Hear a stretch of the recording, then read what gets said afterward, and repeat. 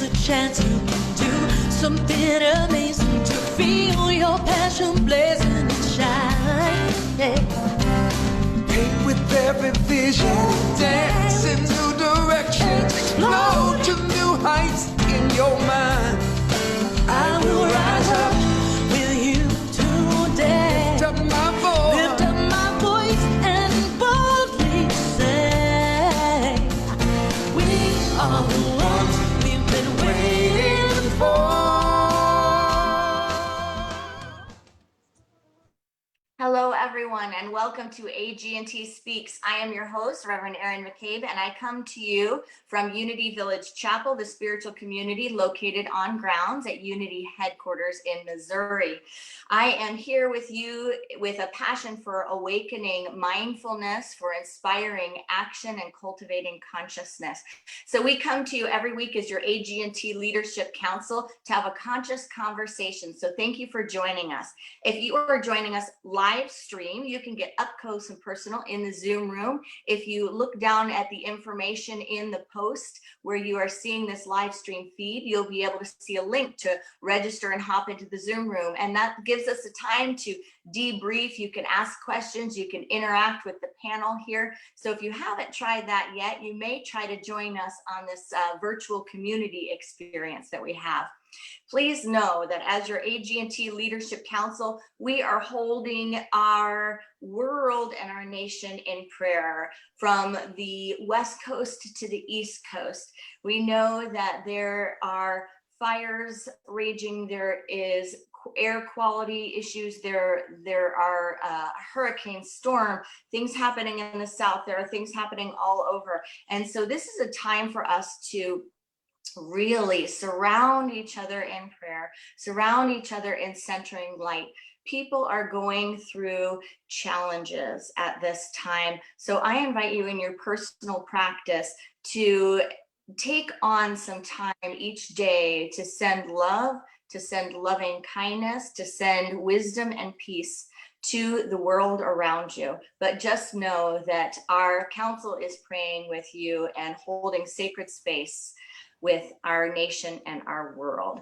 So this week, it is my delight to welcome Reverend Michelle Medrano from our Colorado contingent there at Mile High Church. And so, Reverend Michelle, thank you for being with us here today. And what do you have for us?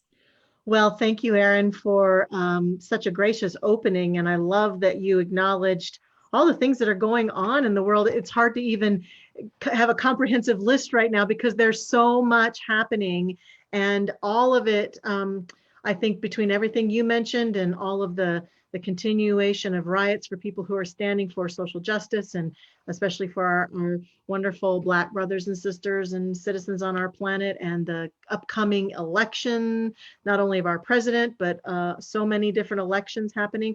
I really wanted today to invite us to lean into what I think New Thought provides as a huge comfort to us, that can be a huge comfort to us, but can also be a source of great confusion to us. And that's the notion of oneness. It's easy right now to, in this world of form, to look out at the world and put a stake in the ground in your particular camp. And while that, I think, is powerful, I think everybody should passionately step forward and stand for what they believe in, and speak for what they believe in, and pray for what they believe in, and even march for what they believe in, or write letters to leadership. And, you know, we can all make a difference in the world of form. What begins to happen in that passionate desire to take a stance is a temptation then to make anyone who doesn't agree with our stance wrong. So we get caught up in duality thinking. And so I really want to lean in today. How do I stand in oneness when I'm looking at people's houses burning down and entire cities burning down? And how do I not make cities wrong or the government wrong about climate change? And how do I not make different people wrong who aren't doing enough? And how do I stay in oneness and not fall into separation? And my point with this is that in every one of our New Thought teachings, we're taught that we will never find happiness, we will never find connection, and we will never find solution in separation. but it's a very easy path to walk into. It's an easy temptation. And so I'm bringing today some words from my favorite book from the founder of Science of Mind, Ernest Holmes, who wrote This Thing Called You. And a lot of us love this book because we feel that Ernest Holmes just lays out our teaching so beautifully and actually gives us words that we can use to affirm the good in our lives. But I want to point to a few passages in the very first pages of his book. I've been teaching from this book lately and just loving rereading it. And it's really plunged me into this challenge for myself. How do I stand passionately in what I believe in without making you wrong if you disagree with me, without having a need to shame you, without having a need to call you out, to correct you, to even guide you? How do I stand passionately in that? And so Ernest Holmes reminds us that this union, which he's talking about oneness, however, does not mean sameness. For while unity requires conformity to principles, unity never means uniformity. And he goes on in a paragraph just below that to say that we are all individuals and we all have to express ourselves. And what this goal, what could this goal be other than that everyone, while remaining individual, shall find a more complete expression in and among all other individuals? And I think what begins to happen to us, the point at which we get caught, is fear. It's the fear that if I don't make people wrong who don't agree with me, especially I see a lot of this on social media around the election and the candidates and the vying for who should be the next leader in the presidency of the United States. We feel this need to call people out to why they're so wrong, to make fun of these candidates, to demean them, and all of that. We have to understand as New Thought people is separation. Ernest Holmes was also famous for saying that we need to stand for something and against nothing. And I would say we need to stand for someone and against no one. It's fine to stand for who you believe in, and it's fine to stand for what you believe in. But that place where we start to demean each other and make each other wrong can fall into separation. And again, it's a trap, because it's not that we don't go and maybe propose solutions, that we don't have conversations, but we do so from love and respect and from oneness, such that we can see that person who is making that decision or leading that policy or leading that governmental effort or that presidency is not our enemy. They're a person with a different viewpoint, but they're still God in form. They're still God in action. And so I just really want to invite us to breathe today into oneness and to remember and practice possibly this week the opportunity to celebrate diversity when it shows up. And so for me, what that means is that every day I pray and I lean into my oneness and I lean into my connection. And hey, it's kindergarten New Thought work to feel my connection and my oneness with you and all my AGNT colleagues and all my New Thought friends and beloveds, because that's easy. It's easy to feel one with everyone you love and everything you love and everything you find beautiful. The real work comes, how do I find oneness and connection, respect and honor, love, and even acceptance and celebration of those I disagree with? And so I've been really practicing, as people have come at me with political strife, just saying, wow, I'm so great to see how passionate you are about this. And tell me more. Why do you love that policy or that person or that situation? Or tell me more about what you really believe in if they want to complain. Tell me more about what you'd rather see rather than what you don't want to see. Tell me more about how you'd like the world to look rather than what you don't like about how the world currently looks. Because there's enough of that going around, and we won't rebuild a new world by continuing to land in what we don't like about the world. Is this making sense to you, Erin? I have a feeling that you and I are kind of in a lot of agreement about a lot of this, but I love your wisdom and you're so centered and profound. So please jump in if you have thoughts. I think that's a powerful message. I mean, when we talk about what we want and we talk about what we stand for, we are expressing the realm of what we are supporting. And when we get to those lower levels and those lower energies of divisiveness, what tends to happen is we just stop listening, right? Like you're saying, we don't have a curiosity. We don't welcome conversations. In fact, conversations just get shut down. And so there's more polarization, and the more polarization you have, the more separation you have. And if our hearts can't be connected from a place of human dignity and decency, then we are separating from God in action as humanity. You know, we can still connect with God in expression as humanity, even when we have very diverse opinions. And I love how you brought up that unity does not mean uniformity. You know, it doesn't mean that everything looks the same or everyone thinks the same. It's beautiful when we're using the same principle, when you can see the wisdom in everything. And so I think that's a great invitation for us all, because things get pretty ugly pretty fast when you see so much lower conversation going on. It just gets so ugly so fast, and it's disheartening, and we become what we express. So if we have to use you know, that energy to express something, we become that energy. You cannot keep using something without becoming it, right? Or contributing to more of it in the world, right?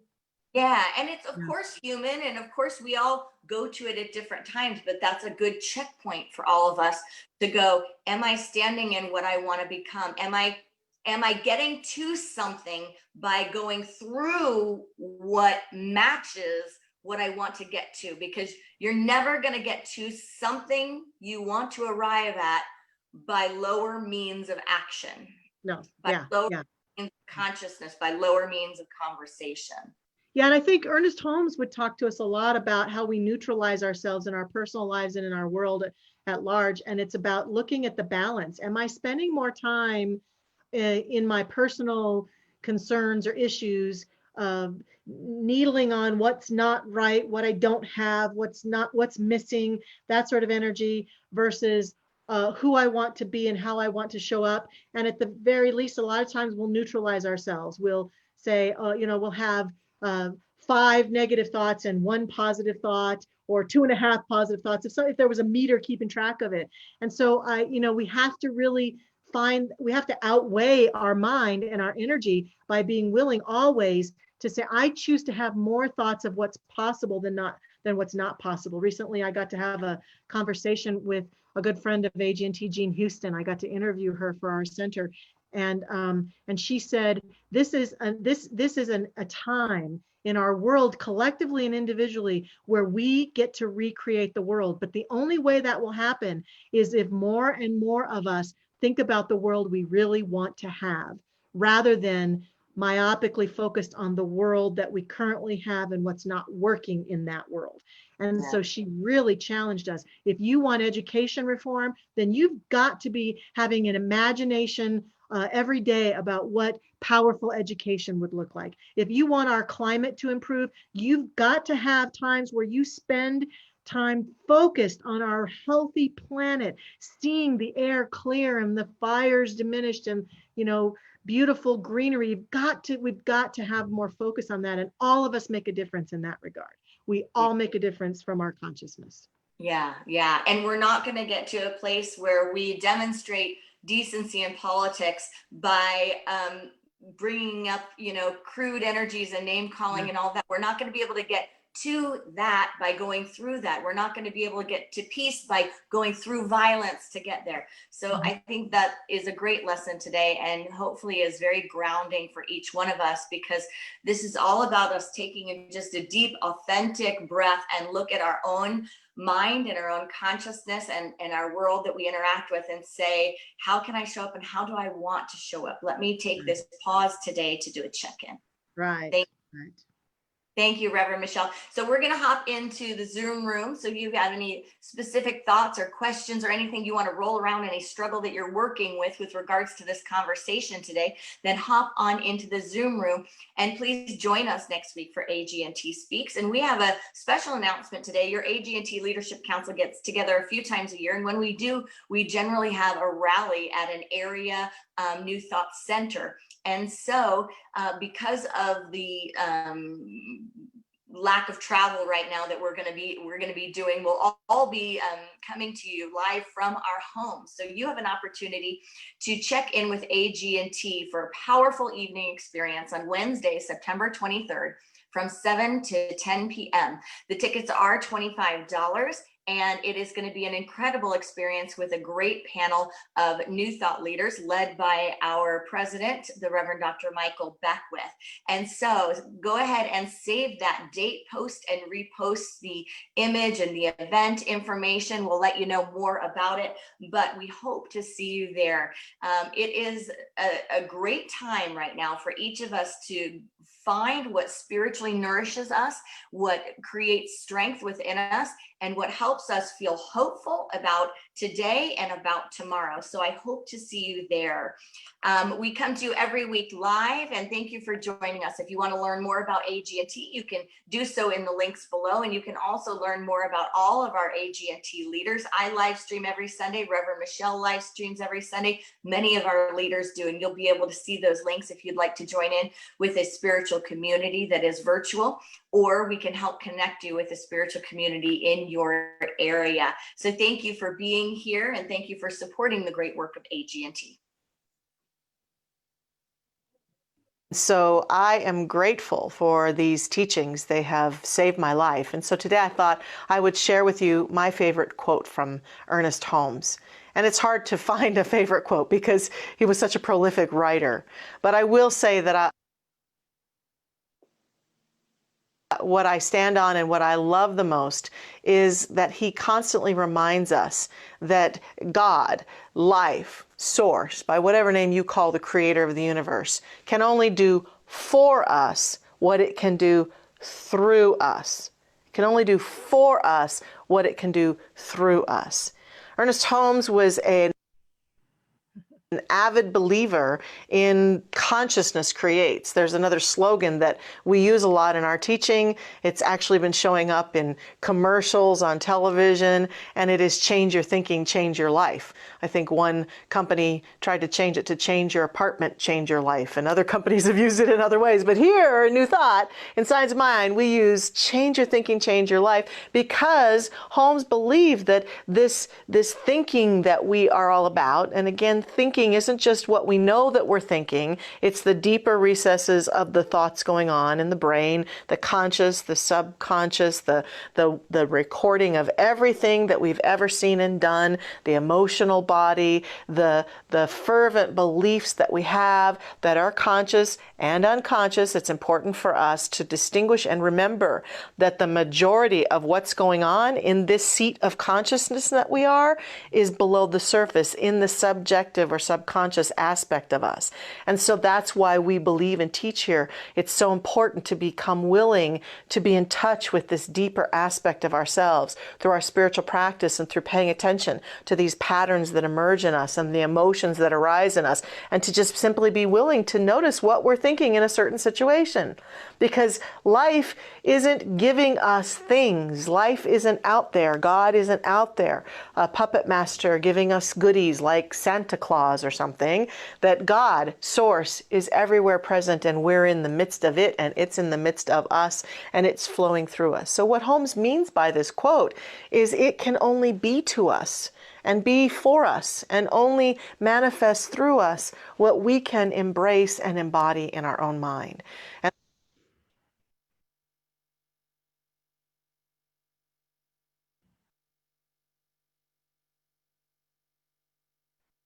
Wow, that was fun. So thank you everyone for joining us. We are now in the Zoom room. Barbara, am I correct that we are offline? I didn't see our closing video yet, so we might not be offline yet. If we're not, then come on and hop into the Zoom room. I'm going to go ahead and get started. Oh, here we go. There it is.